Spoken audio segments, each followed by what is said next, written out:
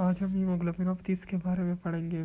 तो हीमोग्लोबिनोपैथी जो है वो टर्म्स होती है डिसऑर्डर्स के लिए that are caused by either abnormal haemoglobin और डिफिशिएंसी ऑफ हीमोग्लोबिन।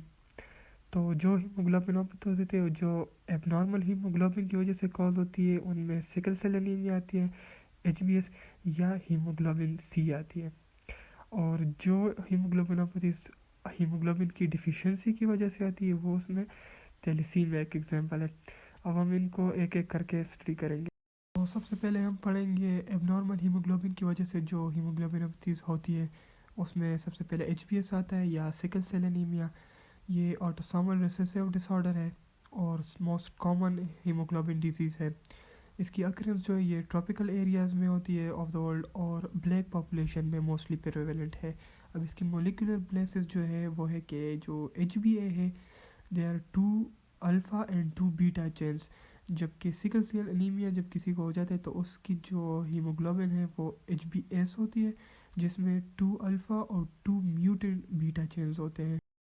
अच्छा, तो अब ये म्यूटेंट बीटा चेन्स तब बनते हैं जब वेलिन रिप्लेस कर दे ग्लूटामेट को at position 6 in the beta chain.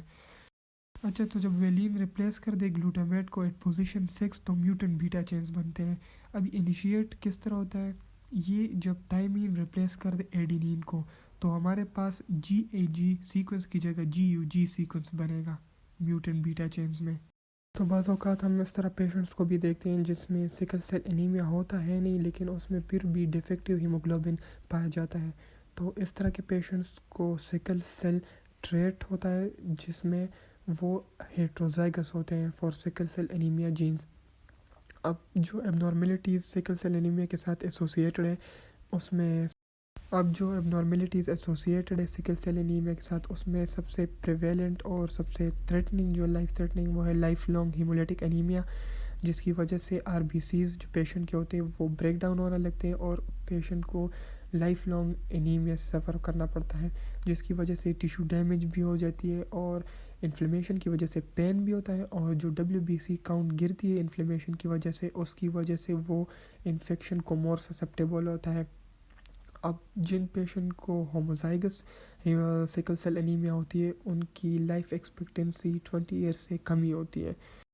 जो सिकल सेल एनीमिया से सिकलिंग जो कॉज होती है उसकी मेकेनिज़म्स क्या है ये भी हम डिस्कस करेंगे।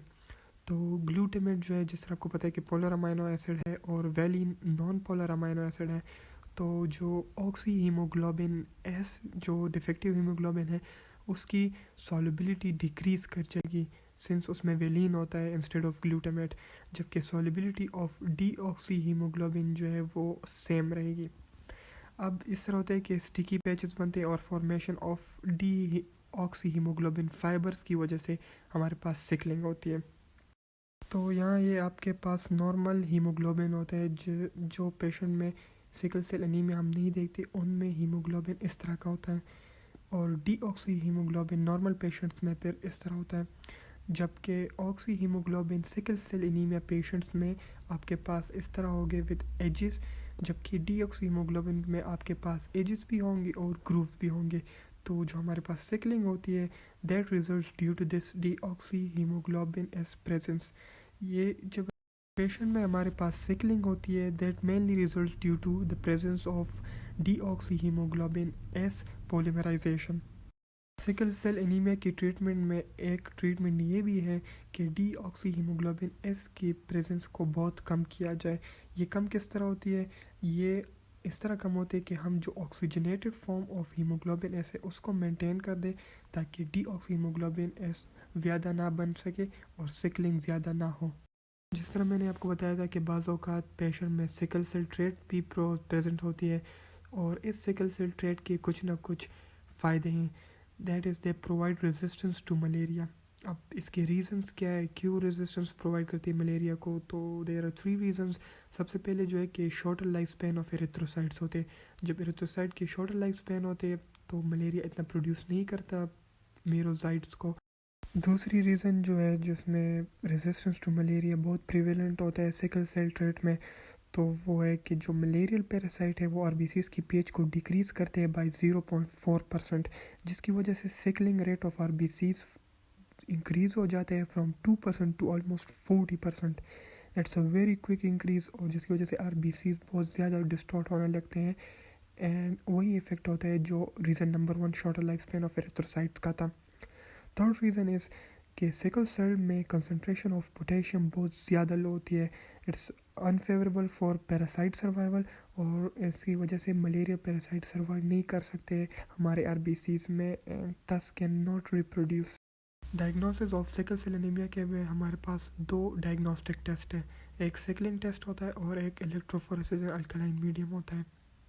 तो इलेक्ट्रोफोरेसिस के दौरान जब हम एच और एच हीमोग्लोबिन को एब्जॉर्व करते हैं, तो H moves more faster than HbS. This is due to the less negative charge caused by absence of glutamic acid in the HbS, since glutamic acid is a polar amino acid. और in case of sickle cell trait इसमें HbA और HbS दोनों present होते हैं एक बंदे में, तो उसमें हम डिस्टिंक्ट बैंड्स देख सकते हैं, एक HbA का और एक स्लोली मूविंग HbS का। सेल एनीमिया की मैकेनिज्म भी हो गई, डायग्नोसिस भी हो गया, अब आते हैं हम मैनेजमेंट की तरफ। तो मैनेजमेंट हमारे पास 3 रूट्स है। उसमें सबसे पहले सोडियम साइनाइड एडमिनिस्ट्रेशन होती है। तो जब हम सोडियम साइनाइड देते हैं, साइनाइड इंक्रीज़ करते हैं affinity of O2 to HbS, जिसकी वजह से हमारे पास डीऑक्सी HbS की फॉर्मेशन कम हो जाती है, which is the main thing for stopping sickling in RBCs. इसकी वजह से हमारे पास पेरिफेरल नर्व डैमेज भी काज होती है, which is a side effect of sodium cyanide. दूसरा हमारे पास ऑप्शन होता है ब्लड ट्रांसफ्यूजन का। ये हम सीवियर एनीमिया में करते हैं जब बंदे की एनीमिया बहुत ज़्यादा बढ़ जाती है। लेकिन इंक्रीज ब्लड ट्रांसफ्यूजन का एक ये रिस्क होता है कि हमारे पास आयरन ओवरलोड ज़्यादा हो जाती है। आयरन ओवरलोड इसको कहते हैं जब हम ब्लड ट्रांसफ्यूजन कर दें और बंदे की बॉडी में आयरन बहुत ज़्यादा हो जाए as compare to the normal range. इस आयरन ओवरलोड की वजह से हमारे पास हार्डनिंग ऑफ द लिवर भी हो जाती है, जिसको हम scientifically cirrhosis of the liver कहते हैं। बाकी जो एक थर्ड ऑप्शन है उसमें HbS रिप्लेसमेंट है हमारे पास, जिसमें हम फीटल हीमोग्लोबिन HbF पेशेंट को देते हैं, जिसकी वजह से सिकलिंग उसकी रिड्यूस हो जाती है due to the decrease in the deoxy HbS haemoglobin. Sickle cell anaemia के बाद हम दूसरी एग्जांपल पे जाएंगे जिसमें हीमोग्लोबिन C, D, E आते हैं। तो सबसे पहले हम हीमोग्लोबिन C को पढ़ेंगे, जिसको हम कूलीज हीमोग्लोबिनीमिया भी कहते हैं। इसमें substitution by lysine in 6 position of beta chain होती है। अकर्स ओनली इन ब्लैक्स, सिर्फ ब्लैक्स में ही मत होती है, वाइट पीपल में होती ही नहीं है। Moves more slowly than HbA and HbS because of positive lysine. Since lysine positive होता है तो उसकी जो हीमोग्लोबिन है वो इलेक्ट्रोफोरेसिस में सबसे स्लो मूव होती है, और इसकी वजह से हमारे में माइल्ड हीमोलिटिक एनीमिया कॉज होता है।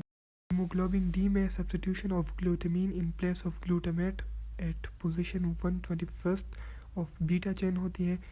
इन इलेक्ट्रोफोरेसिस HbD जो है वो HbS के अलोंग साइड मूव करता है। Next one is haemoglobin E, जो मोस्ट कॉमन एबनॉर्मल हीमोग्लोबिन आता है आफ्टर HbS। इसमें substitution of glutamate by lysine at 26 position of beta chain occur होता है, और इसमें आपके पास होमो और हेट्रोजाइगस दोनों होते हैं, लेकिन उसमें कोई क्लिनिकल मैनिफेस्टेशन होती है नहीं। सबकी अगर हम स्पीड देखें इन इलेक्ट्रोफोरेसिस ग्राफ, तो वो इस तरह होगी कि सबसे ज़्यादा स्पीड जो फास्टर जाएगा वो HbA होगी, उसके बाद HbD और HbS की सेम स्पीड होगी, और सबसे स्लो जो होगा वो HbS होगा, जिसमें ग्लूटामेट की जगह लाइसिन होता है एट पोजीशन नंबर 6।